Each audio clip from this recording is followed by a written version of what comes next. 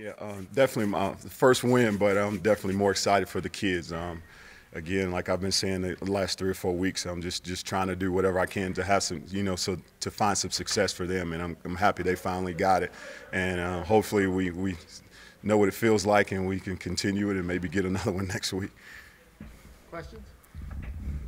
What's it feeling like in that locker room? It's good. It's good. The kids are really excited. Again, they've been still fighting. The last 2 or 3 weeks they've been fighting and trying to get better, and we're still just keep coaching them and trying to get better. The effort's been there. We just needed to do some things to stop the mistakes that's been killing us. We still had a few tonight, but not as many as we've had the last couple of games, and it gave us a chance to win. So they're really excited, which they should be. Coach, did you change anything in practice from what you guys have been doing to this week?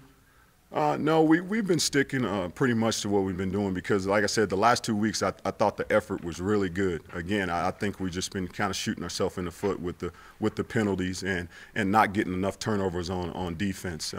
And so we've kept what we've been doing in practice. We had some injuries and things like that, but the kids have still been grinding. They've still been excited about practice, still been excited about the games. We just needed to keep going and finally get over that hump, which they did today.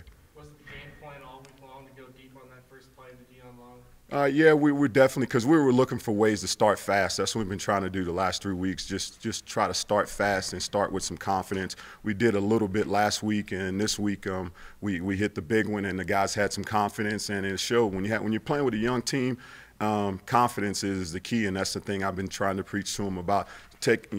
Eliminating mistakes and playing with confidence. And when you hit a big play like that on the first play, they're feeling like they can do it, and they continued it.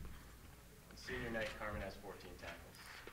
Yeah, Carmen, much I can say. Carmen's a man. He's definitely a ball player, and he comes to play every Saturday. So. And like I've been telling the guys on the team, I use him as an example every day of the week, because what he does on Saturdays, it's not just on Saturday. He prepares during the week also. I mean, he does it on and off the field. So on Saturdays, he's ready to play, and he makes plays on a consistent basis. Coach, can you talk about Messina and Latchison coming up big on that fumble? Really big, because that's what we always talk about. Defense has to make plays, and we have to create more turnovers. And it was definitely emphasis this week, and they did a great job of trying to strip at it most of the game. And then finally, it came through when we needed the most.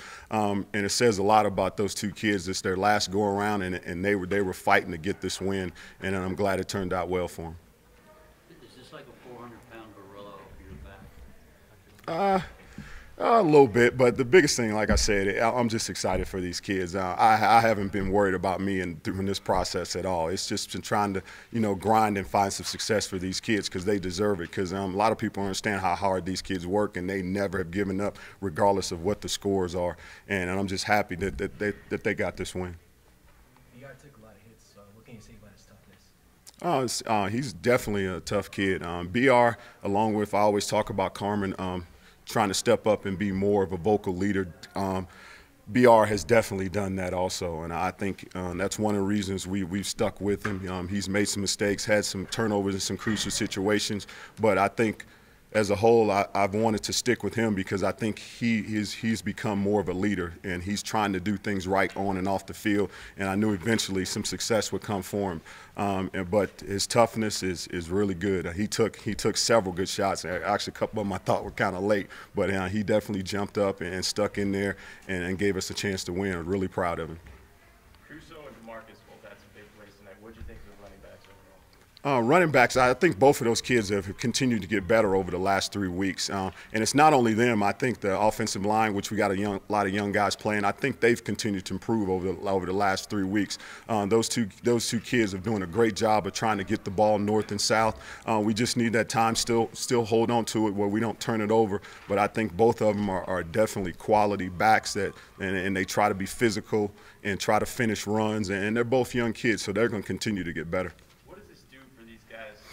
Going through all the stuff that happened, a coaching change, this losing streak, what does this do for these guys going Oh, it's going to do a lot for them. Again, they've never quit working, even through all the coaching changes and all the different things that have gone on where they could have shut it down. It says a lot about the character of these kids. They really haven't quit at all. I know a lot of times the scores hasn't really shown that, but they've been putting forth the effort and putting in the work each and every day at practice to try to get that win. And so it's going to mean a lot to them. So hopefully, they can hold on to this feeling and know what it feels like and know the work and the effort it takes to get that win, that they can continue that and try to get more.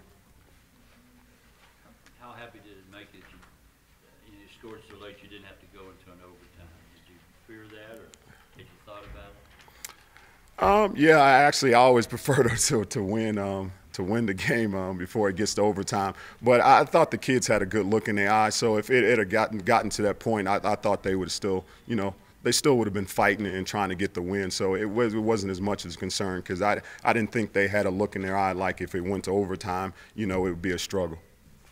What was it like for you seeing them, out there celebrating that victory?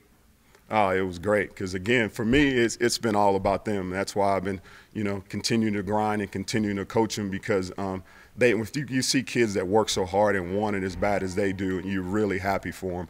And especially all the stuff that they've been through, even last year, this year, and with everything and the lack of success, it's really good, and I'm happy for them. Like I told them in the locker room, I've won, national championships and won a lot of big games. This game here was as big as any because I was as proud of them as any team I've ever coached on. Coach, not to put a damper on this win, but what do you tell a person like Diehm? He's been out for 4 here at home. The last 4 times he's gone out for a field goal. I mean, what kind of pressure is he feeling? I mean, even though you guys, won, but I mean, he's out there. He could easily put the game ahead earlier. Mm-hmm. What do you tell him, or have you said anything to him? Well, I talked to him a little bit on the sidelines, just about staying confident, because he's a kid that's had great success for us over the years, and he will continue to. And again, you kind of get into little slumps, and he's in one right now. But he just got to stay confident and believe in his abilities. And I think he's a kid that does. He gets down a little bit, but I'm gonna just be positive with him and tell him to do the same things he's been doing each and every week. Go out there and keep kicking, the repetition, and just keep the confidence. And I think he will. We'll still be able to depend on him.